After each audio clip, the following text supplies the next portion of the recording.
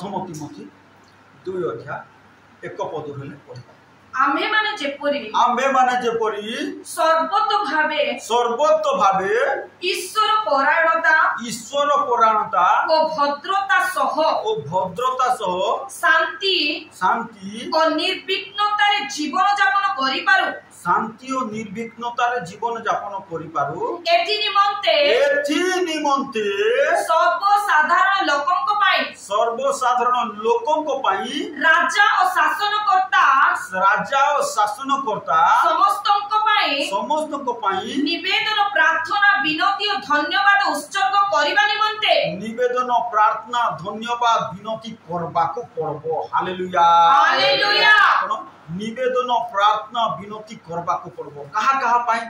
राजा शासनकर्ता ए देशर लोक मान पाई सर्वसाधारण बोले देशर लोक मान पाई हमको प्रार्थना करबाको पड़बो कोले कोन तुमर लाभ अछि कोन केंती कर बंचिबो बोली को लिखा अछि शांति निर्विघ्नता भद्रता ईश्वर परायणता सहित जीवन काट शांति रे बंची पाए तार अर्थ मन प्रिय प्रभु को लोक मान जो माने ए देश निमंत प्रार्थना कर हमर शासनकर्ता काई प्रभु कहू छ तुम शासनकर्ता मान को पाई प्रार्थना कर कोन तुम शासनकर्ता ए देश पाई प्रार्थना कर शासनकर्ता पाई प्रार्थना कर हमको करबा को पड़ो जो माने हमको शासन कर जो माने हमर ऊपरे अछंती से मान को पाई जो प्रार्थना करिवो ताले निर्विघ्न अर्थात बिना विघ्न कोनसी विघ्न न थाई कोनसी बाधा न थाई शांति पहुंच पाई। Hallelujah hallelujah hallelujah. तो प्रिय प्रभु को ए दिन मान पर हम ताहा करबा जदि आमे ताहा करिबा जे करिवो ताले कोन से शांति भद्रता सहित ईश्वर परायणता सहित शांति बंची पाए एथि पाई जहाँ कि जिजिकल पुस्तक रे लिखा जाए प्रभु खोजुछंती किए फाट स्थान रे ठिया होई पारिबो 22 रो पुणी आमे जे कोई देश विनष्ट न करू अर्थात प्रभु विनष्ट करबा को रेडी अछंती काई कि लोक मानकर अधर्म पाप अन्याय सकासु ए देश को विनष्ट कर देबी बोली को प्रभु कहउछंती कोन मूसा को समय मध्य इस्राएल लोक माने जेते बेले विद्रोह कोले प्रभु को विरुद्ध रे विद्रोह कोले आमे मिस्र रे थिलु केते भलो थिलु बोली को कोन से माने कहले आ प्रभु को खाद्य को विद्रोह कोले जो दुग्ध मधु प्रवाहित देश को नहीं जीवी बोले सेटा को विद्रोह कोले जब प्रभु कोन बोली कहले आमे ईमान को समस्त को कोन विनष्ट करबा मारी दबा बोली से बेले मूसा मध्य स्थान रे ठिया ही कहले हे प्रभु तुमे क्षमा करो ए लोक मान को क्षमा करो तो द्रुप आज मध्य जो पाप अन्याय अधर्म असुचिता कोन दुष्टता बढ़ी बढ़ी चलुची प्रभु मध्य कहउछंती आमे विनष्ट कर देबो तो सेति में जिहिजिकल कहले प्रभु कोन जेपरि आमे देश को विनष्ट न करू न बाऊ एथि पय जे प्राचीर दृढ़ करि पारिबो एथि पय जे बाउंड्री को ठिया करि पारिबो ओ फाटो स्थान रे आम सम्मुख रे ओ फाटो स्थान रे अर्थात मनुष्य आ प्रभु को मध्य रे ठिया हेबो हां देशर सपक्ष रे ठिया हेबो ए देशर सपक्ष रे ठिया हेबो ए देश पय प्रार्थना करिवो ए देश को रक्षा करो बोली को प्रार्थना करिवो एपरि एक पुरुष आमे अन्वेषण करू एपरि एक पुरुष आमे खोजुओ छु बोली एपरि एक पुरुष अन्वेषण कलु मात्र जणे सुधा पाइलु तो प्रिय प्रभु को आज हमर देश स्वाधीन ही किंतु आमे स्वाधीनता रे जीवन काटी पारो काकी ये देशर अन्याय अत्याचार सकाश ए जे देशर दुष्टता सकाश ए देशर करप्शन सकाश तो सेति पाई प्रभु ए देश प्रति क्रोध ढालबा कहउछंती किए ठिया हेबो से फाट स्थान रे किए हम सपक्ष रे ठिया हेबो आ प्रार्थना करिवो आमे से प्रार्थना करि हेबार যদি প্রার্থনা করিবা সে শাসনকর্তা সে রাজা মানক পাই অর্থাৎ যে মানে শাসন করছন্তি আজ তো রাজা নাই শাসনকর্তা মানে অছন্তি মন্ত্রী মানে অছন্তি সেମାନଙ୍କ পাই প্রার্থনা করবা যে মানে আইন কানুন তৈরি করছন্তি সেମାନଙ୍କ পাই প্রার্থনা করবা তাহলে তুমি ভদ্রতা সহিত শান্তি সহিত জীবন কাটি পারিব হালেলুয়া हालेलुया প্রভু তাহা কথা আর কাহা পাই প্রার্থনা করবা বলি লেখা আছে খোলো ঠিক আছে কলসীয় পুস্তক 4 অধ্যায় 3 পদ রইলে পড়ি পড়ি যাও কলসীয় পুস্তক आम्भମାନଙ୍କ निमन्ते मध्ये प्रार्थना करो प्रभुଙ୍କର ଦାସ ପାଉଲ କହିଲେ हे भाई माने हे କଲସୀୟ ମଣ୍ଡଳୀର ଲୋକ ମାନେ हे ବିଶ୍ୱାସୀ ବିଶ୍ୱାସିନୀ ଭାଇ ଭଉଣୀ ମାନେ आंब ମାନଙ୍କ ନିମନ୍ତେ ମଧ୍ୟ ପ୍ରାର୍ଥନା କର जेपुरी वाक्य प्रचार निमन्ते कोन निमन्ते वाक्य प्रचार निमन्ते वाक्य प्रचार निमन्ते ईश्वर आम्भମାନଙ୍କ ପାଇଁ द्वार फिटाନ୍ତି ईश्वर आमମାନଙ୍କ ପାଇଁ द्वार फिटाନ୍ତି हालेलुया हालेलुया आज मंडली प्रार्थना द्वार खोला हेबो नुआ नुआ जगह रे नुआ नुआ परिवार रे द्वार खोला हो बोली करे कोन मंडली प्रार्थना कर যদি মন্ডলী বিশ্বাসী বিশ্বাসিনী ভাই ভৌণী মানে কোন প্রার্থনা করিবে তাহলে নুয়া নুয়া পরিবারে নুয়া নুয়া জায়গায় প্রভু দ্বার খোলিবে নুয়া নুয়া লোক মানক নিকটরে প্রভু দ্বার খোলিবে সুসমাচার প্রচার করিবার নিমন্তে সেমানকু প্রভুক নিকট পঢ়াই আনিবার নিমন্তে সেমানকু নরকর বাটু রক্ষা করি স্বর্গর বাটু পানিবা নিমন্তে প্রভু দ্বার খোলিবে এতপাই কହୁଛନ୍ତି প্রভুଙ୍କର দাস कौन आम निमंत्र प्रार्थना करो जो वाक्य प्रचार निमंत्र प्रभु द्वार खोलती এই কথা যেতবেলে শুনিলে জনে প্রভুଙ୍କର দাস তাଙ୍କ না হচ্ছে এপাফ্রা আর সে কোন কହୁଛନ୍ତି তাଙ୍କ বিষয়ে কোন সে প্রার্থনারে সর্বদা প্রাণপণ করছেন বলে লেখা আছে পড়ি দেখো সে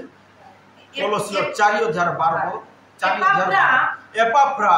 जे तुमମାନଙ୍କ ମଧ୍ୟରୁ ଜଣେ तुमମାନଙ୍କ ମଧ୍ୟରୁ ଜଣେ ବିଶ୍ୱାସୀ ଭଲ ବିଶ୍ୱାସୀ ଭାଇ ସେବା କରୁଛନ୍ତି ହଁ ତୁମମାନଙ୍କୁ ନମସ୍କାର ଜଣାଉଅଛନ୍ତି ତୁମମାନଙ୍କୁ ନମସ୍କାର ପ୍ରେଜ୍ ଦ ଲର୍ଡ ଜଣାଉଅଛନ୍ତି ସେ ତ ଖ୍ରୀଷ୍ଟ ଯୀଶୁଙ୍କର ଦାସ ସେ ତ ଖ୍ରୀଷ୍ଟ ଯୀଶୁଙ୍କର ସେବକ ଦାସ ସେବା କରୁଛନ୍ତି ପରିଶ୍ରମ କରୁଛନ୍ତି ହଁ ଆଜି ମଣ୍ଡଳୀ ମଧ୍ୟ ସେହି ପ୍ରକାର ପରିଶ୍ରମ କରବାର ଅଛି କଣ ସେ ତ ଖ୍ରୀଷ୍ଟ ଯୀଶୁଙ୍କର ଦାସ ତାପରେ ଏବଂ ଆପଣ ପ୍ରାର୍ଥନାରେ ତୁମମାନଙ୍କ ନିମନ୍ତେ ଆପଣ ପ୍ରାର୍ଥନାରେ ତୁମମାନଙ୍କ ନିମନ୍ତେ ସର୍ବଦା ପ୍ରାଣପଣ କରୁଅଛନ୍ତି ହାଲେଲୁୟା ହାଲେଲୁୟା ଆଜି ମଣ୍ଡଳୀ ପ୍ରାର୍ଥନାରେ ପ୍ରାଣପଣ କରବାକୁ ଆଜି ମଣ୍ଡଳୀର ବିଶ୍ୱାସୀ ଭାଇ ଭଉଣୀ ମାନେ ପ୍ରାର୍ଥନାରେ ପ୍ରାଣପଣ କରବାର ଅଛି ତାହେଲେ କଣ ତମେ କଣ ହବ ଭଦ୍ରତା शांति निर्विघ्नता और ईश्वर परायणता सहित जीवन काट प्रभु कहते कहीं देश में सब प्रकार लोक अच्छा प्रार्थना करवा लोक नहीं आज प्रभु सेवक मान यूट्यूब रे निजक शो कर प्रार्थना करवा लोक बहुत कम आज आम मान कहते किए प्रार्थना कर किए देशर सपक्ष ठिया कहीं ए देश को से विनष्ट करदेवी बोल कहते कारण कहीं ए देशर अन्याय अत्याचार करप्शन अपराध अधर्म देखी से सही पार ए किए प्रार्थना करब आज प्रभु खोजु प्रिय प्रभु को आम से प्रार्थना कर आसु आम मान निमंत्र प्रार्थना कर जो कौन पाई कौन सी टंका पैसा मिले बोली नहीं प्रभु द्वार फिटाइबे सुसमाचार निमंत्रण नुआ नुआ परिवार द्वार जेपरी खोलिबे एतबाई मंडली प्रार्थना कर सुसमाचार प्रचार करबा जेपरी द्वार नुआ नुआ द्वार सब खोलिबे एतबाई मंडलर कर्तव्य विश्वासी विश्वासिनी भाई भौणी मान कर्तव्य